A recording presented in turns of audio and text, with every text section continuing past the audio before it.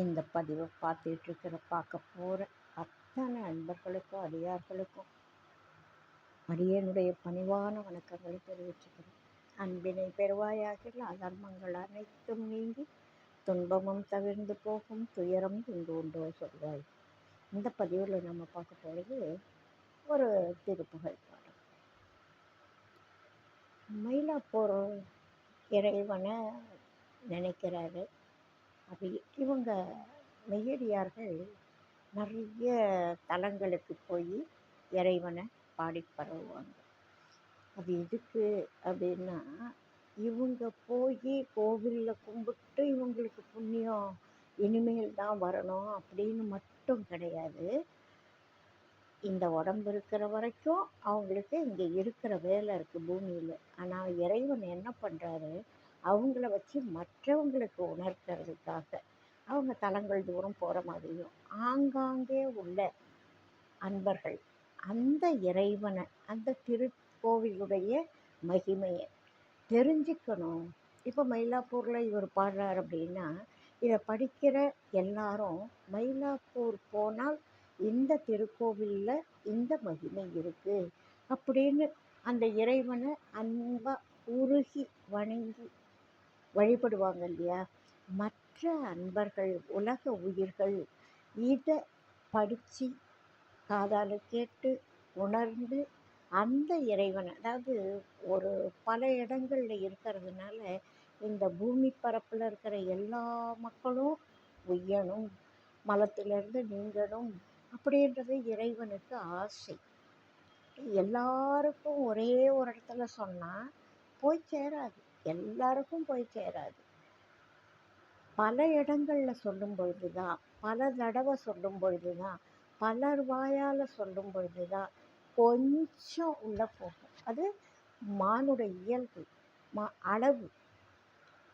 ஒரு அருமையான இலக்கணம் சொல்லுவாங்க, ஆசிரியர் நல்ல பாடம் நடத்தினா கூட, முழுக்க முழுக்க தெள்ள தெளிவாக குரு பாடம் நடத்தினா கூட கார்கூறு தான் உள்ளே போகுமா. ஒருத்தருக்கு அவங்க பாடம் நடத்தும்பொழுது கால் பாகம்தான் உள்ளே போகும். இன்னும் மீதியெல்லாம் எப்படி வரும்னா, படித்ததை திரும்ப பார்க்கணும், திரும்ப இன்னொருத்தருக்கு சொல்லி பார்க்கணும். இது மாதிரி திரும்ப திரும்ப அதே விஷயத்தை நினைக்கும் பொழுது தான் அந்த அறிவானது முழுமையடையும். ஒரு விஷயம், ஒரே ஒரு சின்ன விஷயம் கூட நமக்கு அப்படியே சொல்கிற அத்தனையும் மூளையில் போய் பதியறதில்லை. ஏன்னா நம்முடைய கெப்பாசிட்டி அவ்வளோதான். அதுபோல் இறைவனை பற்றி எல்லா மக்களும் தெரிஞ்சுக்கணும். அதனால் இப்போ கன்னியாகுமரியில் இருக்கிறவங்க காசியில் என்ன இருக்குன்றது போய் பார்க்குறதுக்கு 100க்கு 100 பேராலையும் முடியாது. ஆனால் கன்னியாகுமரியில் இருக்கிற அம்மனை அவங்களால வணங்க முடியும். காசியில் இருக்கிற அத்தனை பேரும் திருச்செந்தூர் வர முடியாது. திருச்செந்தூரில் இருக்கிற அத்தனை பேரும் ராமேஸ்வரம் வர முடியாது. ஆங்காங்கே அந்த மக்கள் இருக்கிறத சுற்றி சுற்றி வந்து அந்த சிந்தனையோட அருள் பெறணும், இறைவனுடைய கருணைக்கு ஆளாகணும், உண்மையை புரிஞ்சிக்கணும். இதுக்காக இந்த மெய்யடியார்களை இறைவன் பயன்படுத்துகிறார்.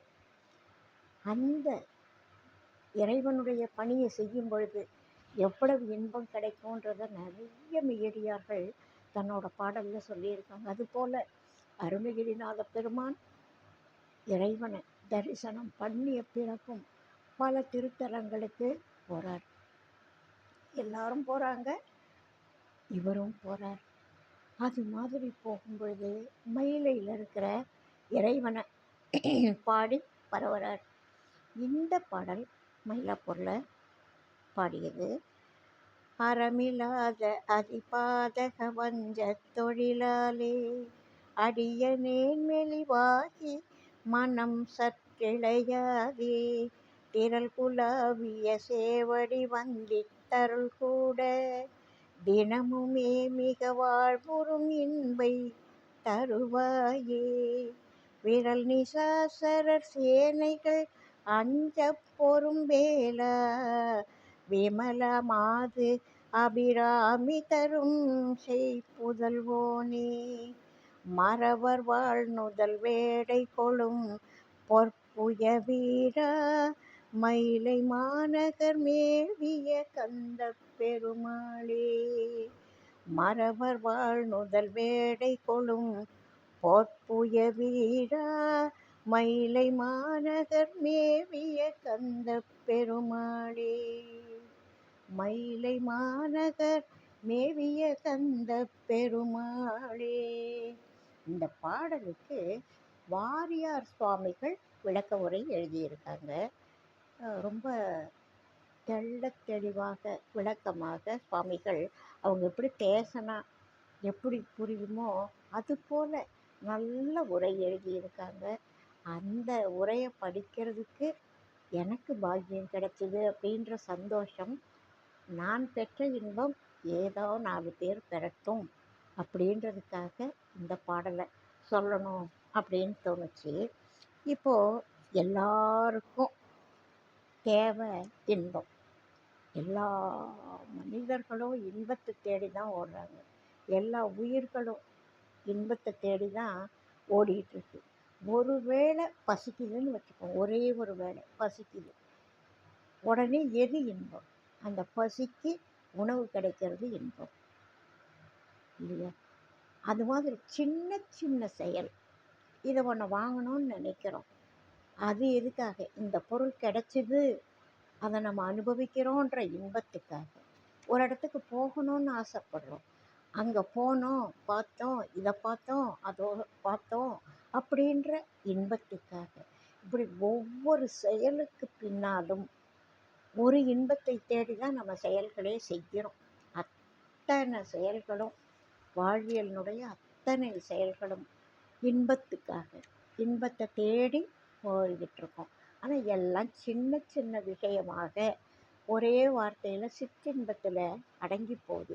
இந்த பாடலை சொல்லும் பொழுது அருணகிரிநாத பெருமான் சொல்லுவார், நிலைத்த இன்பம் தினமுமே மிக வாழ்வுறும் இன்பை தருவாயே அப்படின்னு கேட்குறார். அது தினம் கிடைக்கணும், வாழ்வுறும் இன்பமாக கிடைக்கணும். அந்த இன்பம் எங்கேருந்து கிடைக்கும்? நீ கொடுத்தா கிடைக்கும்.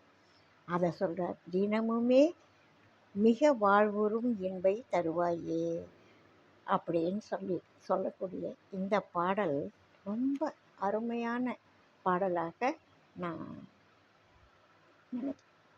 ஒவ்வொன்றும் ஒரு ஒரு மணி திருப்புகழில் இது உயர்வு இது தாழ்வுன்னு சொல்கிறதுக்கு ஒன்றுமே இல்லை. அது ஆனாலும் ஏன் கண்ணில் பட்டது நல்லா இருந்தது, பிடிச்சிருக்கு, ஆஹா எவ்வளவு அருமையாக இருக்குது அப்படின்னு தோணுது. இவ்வளவு, அதாவது ஒரு கடல் நிறைய தண்ணி இருக்குது, உலகத்தினுடைய 3/4 பாகம் தண்ணி, ஒரு சொட்டு தண்ணி எடுத்து வாயில் வச்சாலும் உப்பு கரிக்கும் இல்லையா? சர்க்கரை இனிப்பு, லட்டு இனிப்பு, ஒரு துளி எடுத்து வாயில் வச்சாலும் இனிக்கும் இல்லையா? அதுபோல் ஒரு பாடலை படித்த எனக்கு அதோட இனிப்பு பிடிச்சிருந்தது, அதை சொல்லணும்னு தோணுச்சு. கடல் நீரில் ஒரு சொட்டு என் வாயில் பட்டா போல் இந்த இனிப்பு மலையிலேருந்து ஒரு துளி எடுத்து வாயில் வச்சார் போல் இந்த திருப்புகழ் பாடல் ரொம்ப அருமையாக இருந்தது. அவர் சொல்கிறாரு, இந்த அறம் அப்படின்னு சொல்கிறாங்கல்ல, இந்த அறம்ன்றது அறம் செய்ய விரும்புன்னு அவை சொல்லுவாங்க. அது மாதிரி அறம்ன்றது ரொம்ப முக்கியமான விஷயம்.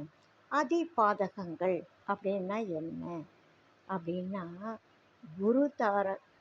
அந்த குரு தாரகத்தை மனசில் நினைக்காம இருக்கிறோம்ல, அது இல்லாதது. மனசில் குருவை நினைக்காம இருக்கிறது ஒரு அதிபாதகம். சிவ நிந்தை செய்கிறோம்ல, அது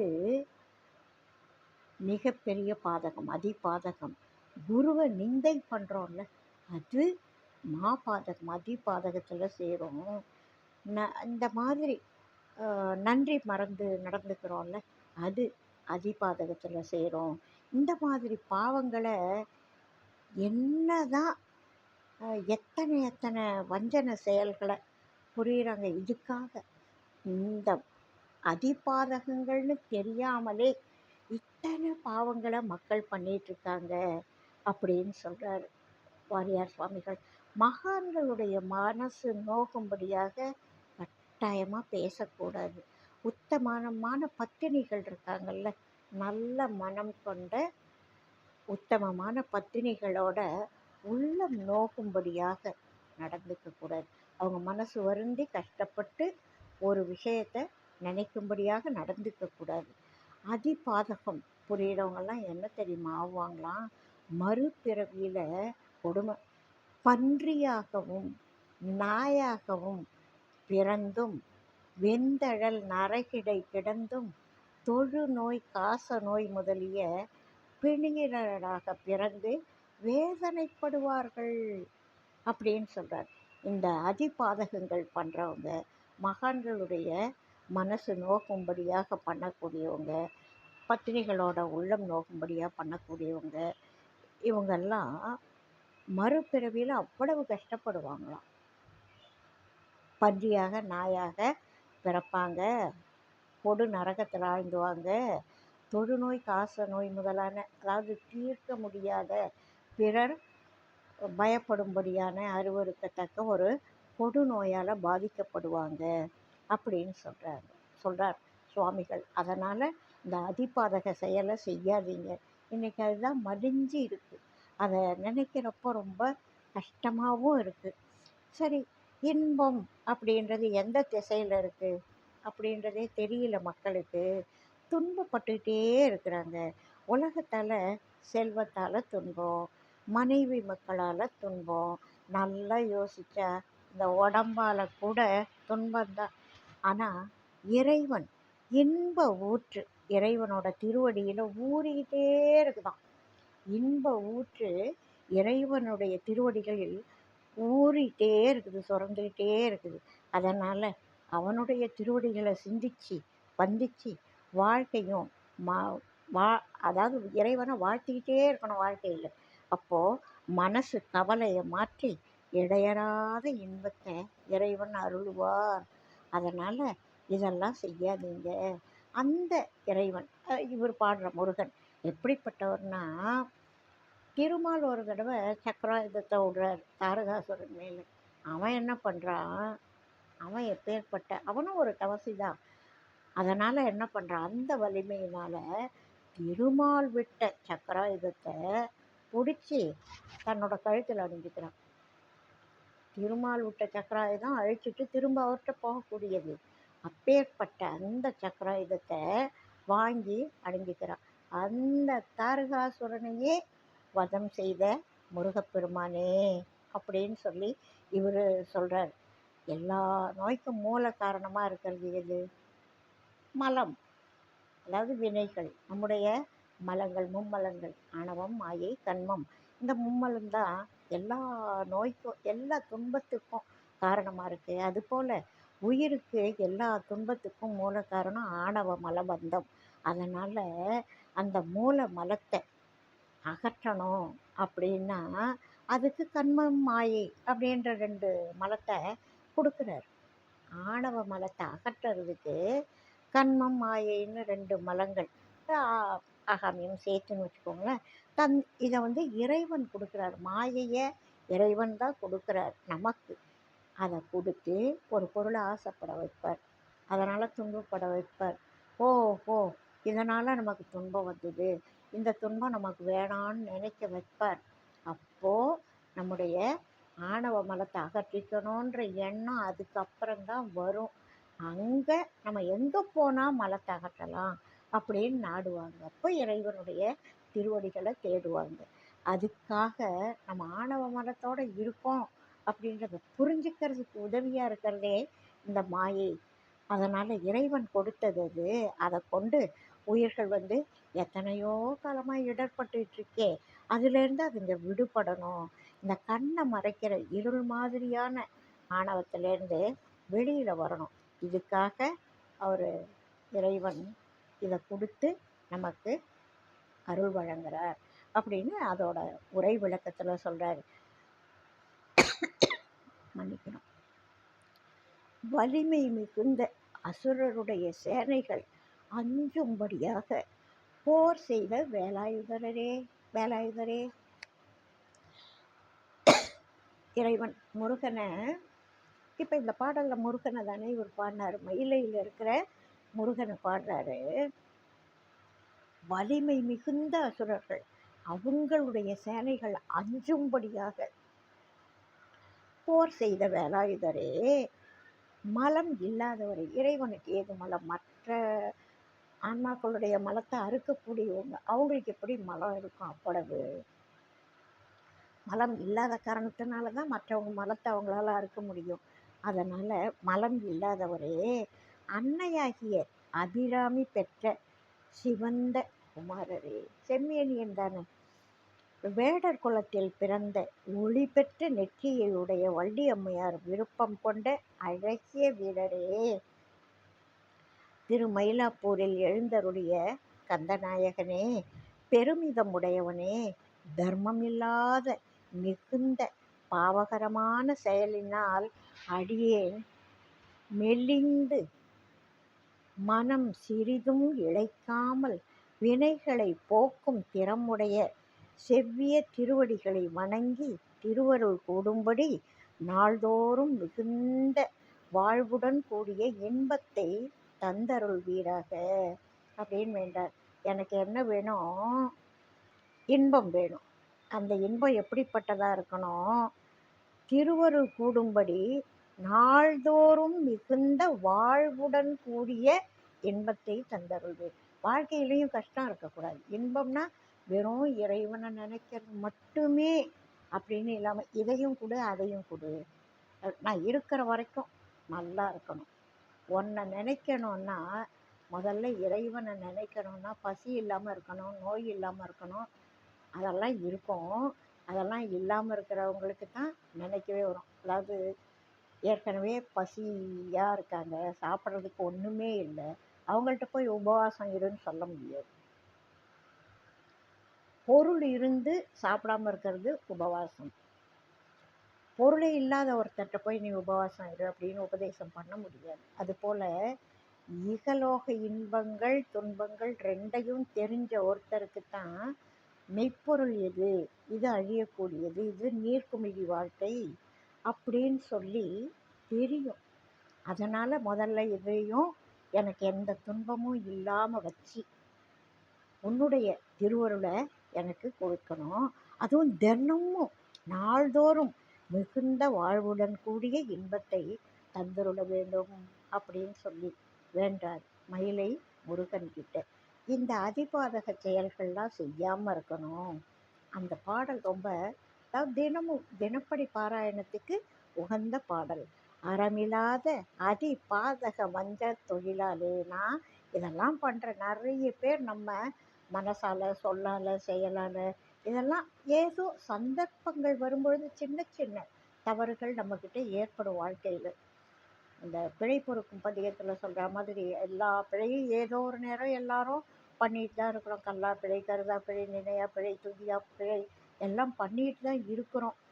அதுபோல் அது எல்லாத்துக்கும் சேர்த்து அறம் இல்லாத அதிபாதக வஞ்ச தொழிலாலே அடியனேன் மெலிவாகி மனம் சற்று இளையாதே. நான் இதெல்லாம் பண்ணக்கூடாது. அதிபாதகம் பண்ணக்கூடாது, வஞ்ச தொழில் பண்ணக்கூடாது, மெலியக்கூடாது, மனம் சலிக்கக்கூடாது, இழைக்கக்கூடாது. திரள் குலாவிய சேவடி வந்தித்து அருள் கூட தினமுமே மிக வாழ்வுறும் இன்பை தருவாயே. விரல் நிசாசரர் சேனைகள் அஞ்ச பொறும் வேளா விமல மாத அபிராமி தரும் செய் புதல்வோனே. அபிராமி தந்த பிள்ளையே, மறவர் வாழ்நுதல் வேடை கொளும் பொற்புய வீரா மயிலை மாநகர் மேவிய கந்த பெருமாளே அப்படின்னு சொல்கிறார்.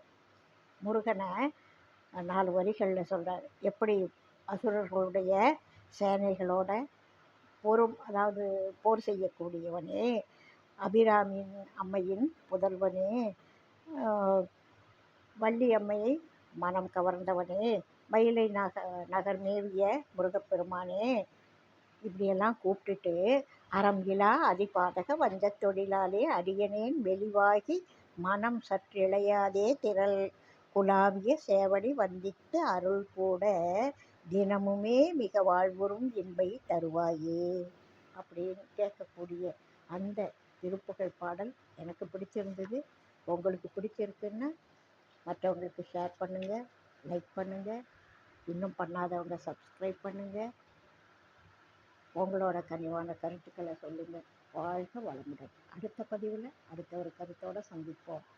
வாழிய நாடும் மேன்மை வாழ்க நல்லறங்கள் எல்லாம் வாழிய பெரியோர் நாமம் வாழியே வாழி வாழி வாழ்க வளமுடன்.